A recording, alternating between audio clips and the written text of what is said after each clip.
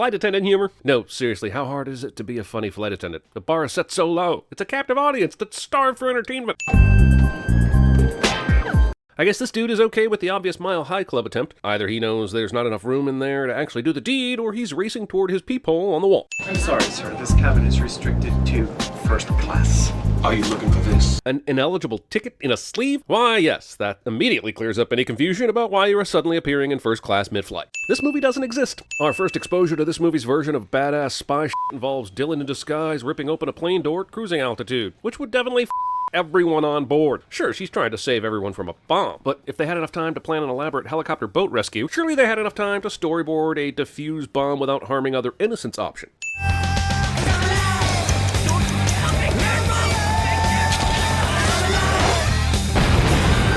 Hang on, what was the diamond payment for if he was going to die in the explosion? Nice flight. Double-sided tape. 10 seconds of sexy hair whipping. Is this an Herbal Essences commercial? You crazy bastard!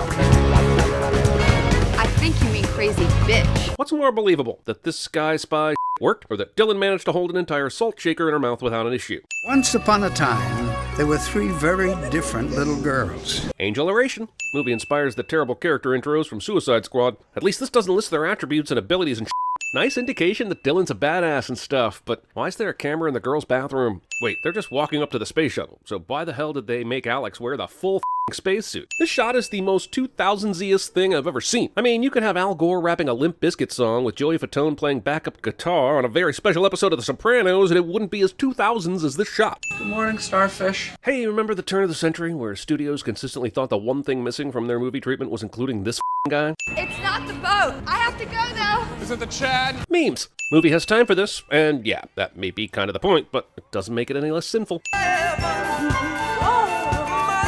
Look, I'm not accusing anyone on the set of the movie of doing serious drugs, but the movie itself is high as right now. This is gonna be long, hard, and rough. Sometimes when it's rough, I just get there faster. This movie's sexual innuendo budget was a deep-throated attempt to swallow us whole without gagging. You know, for a bikini waxer, you know an awful lot about bombs. Isn't it amazing how much information you can learn off of the internet? Cambridge Analytica. Also, it's also amazing that your boyfriend isn't more concerned about why you'd be looking up how bombs are made. Who takes a bite of a baked good, dislikes the taste, and then chucks it after the baker as they drive away? If this is acceptable behavior, then this Thanksgiving is going to be hilarious. Blueberry muffins? Yum. Didn't Charlie call them in fairly urgently? Like, they came running into the office, but he's making them wait to get their mission instructions?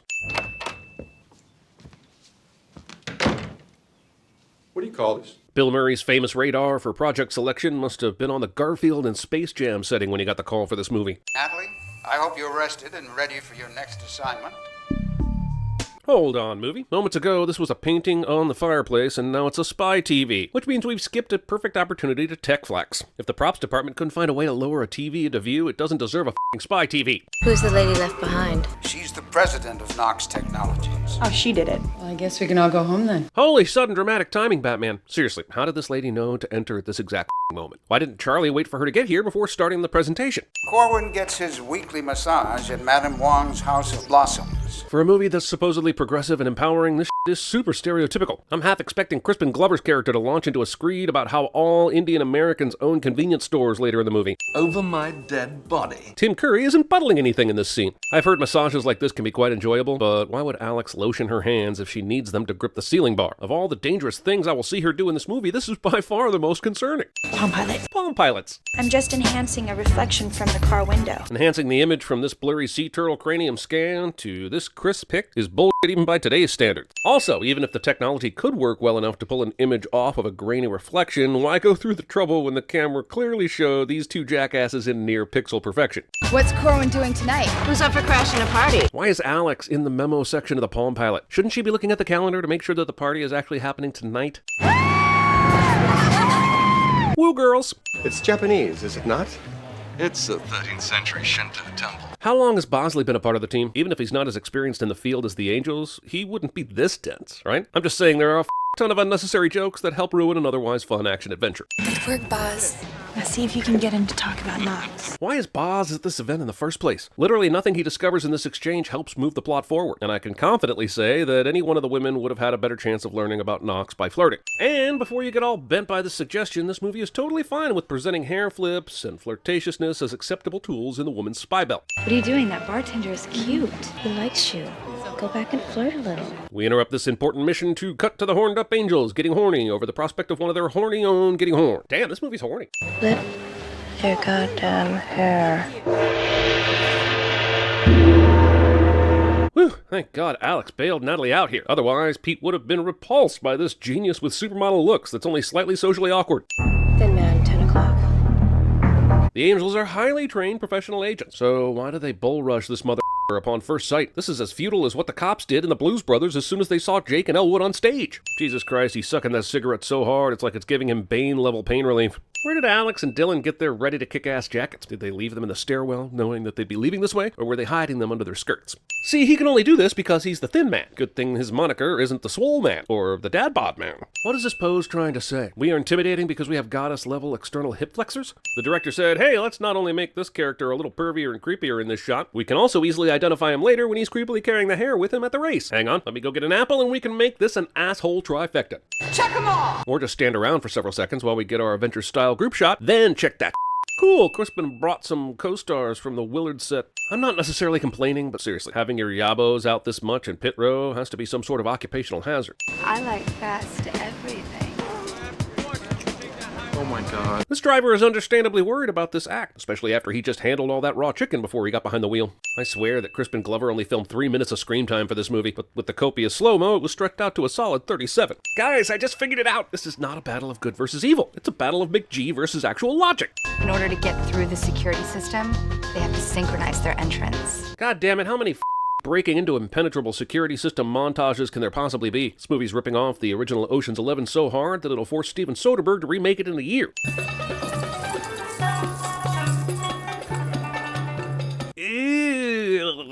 Gross. What substance was stuck to the director's fingertips that would result in this germ horror hedge maze? You know what? I take that back. I do not want to know. They got the wrong address. So much of this movie depends on the stupid horniness of dudes, and they're not wrong. So I guess I'm gonna go ahead and send the stupid horniness of dudes. My hands are tied. I don't care who you are. If a laser appears inside of a tuba and scans my retinas, I'm not going to pretend that's normal just because there are beautiful dancing women.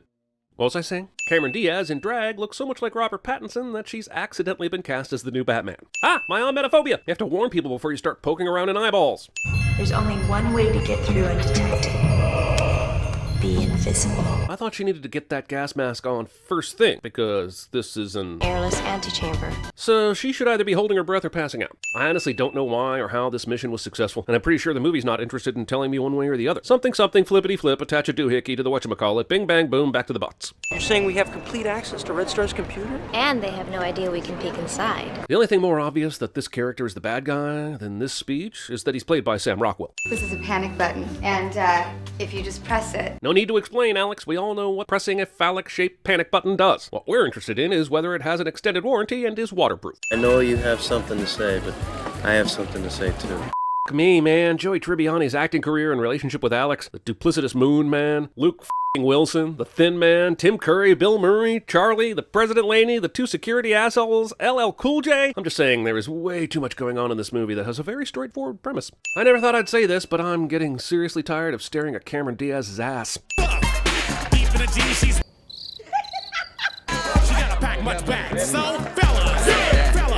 Oh, cool. Natalie solved racism. Old school, right? Old school. Roll credits. Wait.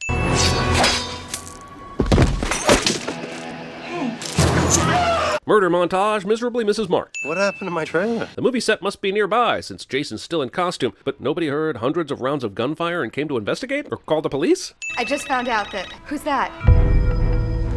Working undercover? Wait, but tonight's events were shown to be happening at the same time. Natalie gets strangled right as Alex is getting shot at and Dylan is getting shot on, which means Vivian poisoned Bosley less than 2 minutes ago. But she's suddenly at Knox's place to make this reveal more dramatic, even though there's already plenty of goddamn drama.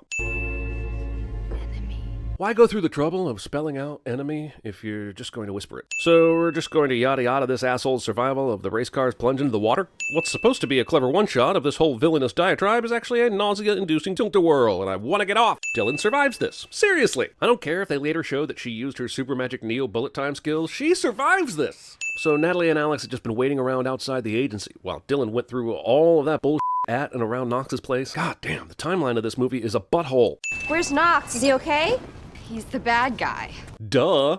If Knox thinks we're dead, why would he blow up the agency? A better question is why there's been no emergency response to this enormous explosion in a swanky LA neighborhood. This scene is dumb. How dumb, you may ask? Let me count the ways Knox doesn't even attempt to make Bosley call Charlie, even though he has his number, rather waiting for Charlie to call him tomorrow, the Angels to potentially recoup, and for Bill Murray to overact. Nobody is posted outside of Bosley's cell, despite him being the single most important asset to this plan to kill Charlie. Despite having a perfectly functional electric light source, the prison cell has a group of lit candles in the corner of the room, drawing a flag for unnecessary candling. The prison cell includes a baseball and a mitt so that Bosley can accidentally activate his tooth radio. And Bosley hasn't taken the tooth radio out that he inserted several nights ago, which means he obviously eschews tooth care, despite having the appearance of being otherwise well-groomed. To recap, this scene is dumb! Angels, help me! The Angels are in LA and Bosley is 300 miles away in Carmel. So what is the radius of this tooth device? And how is it managing to transmit to this recently crushed by explosions receiver?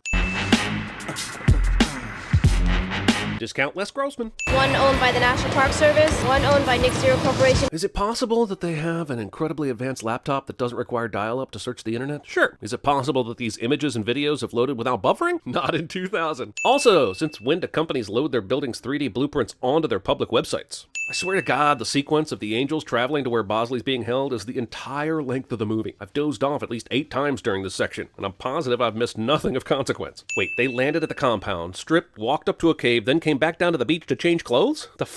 Try the handle first. That wood is very old and could probably be reclaimed. Dylan, thank God you're alive. You know my better half. You know, the one that is excellent at intimidatingly cocking a pistol but never actually shoots anyone? Hello? Hi, Pete. How are you? Am I supposed to be in awe of these women's brilliance or in awe of their intermittent stupidity? Who the f*** answers the phone at full volume on a rescue mission? I'm good. I just, you said you wanted me to call. Payphones. Never send a man to do a woman's job. Because in addition to being the nominal president of this evil but profitable corporation and a leather jumpsuit enthusiast, this woman is a kung fu expert. Of course she is. You have the fullest, sweetest, most luscious lips I have ever kissed. Dylan is a good guy for most of the movie, but once the evilness is revealed, the evil's hard cliche. To get him into character for this scene, McGee asked Crispin Glover to pretend Lucy Liu was actually David Letterman.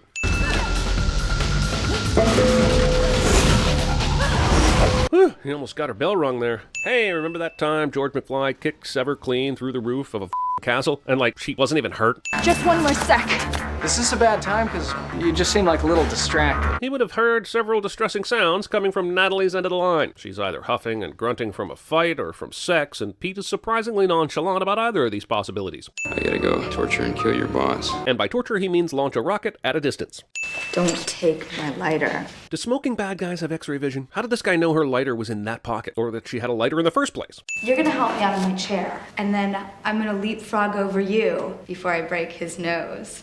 And I'm gonna moonwalk out of here. This is really just the mirror image of the villain exposits their plan instead of just killing the protagonist cliche, and it's no less irritating. That is not the moonwalk. That was some sort of reverse Running Man bull. Sort of adorable, but a sin. Oh yeah, this final fight sequence is soundtracked by Korn, so I guess we've now exceeded peak 2000. Her bow, which was left in the attic of the building, just happens to fall uncharred within arm's reach, which then provides a way for the Angels to cling to a helicopter. F*** you, movie. He's heading north, just past Paradise Cove. And isn't it convenient that Knox decided to skirt Monterey Bay via the main road instead of flying out over open water where nobody would be able to interfere with his diabolical plan? Man, Dylan kicked the holy bejesus out of 6 of Knox's men just a few minutes ago, but taking his scrawny ass out is an issue? No. We're finally gonna meet Charlie. Should we knock? Breaking and Charlieing. Mission accomplished? I think the client was blown away. Virtually everyone involved in this case has seemingly met their horrific demise, but at least we got paid up front.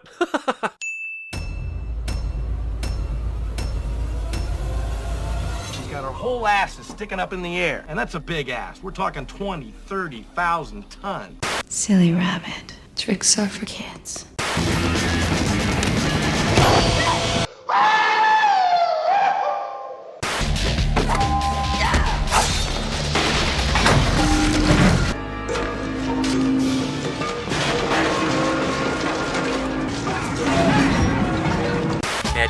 please?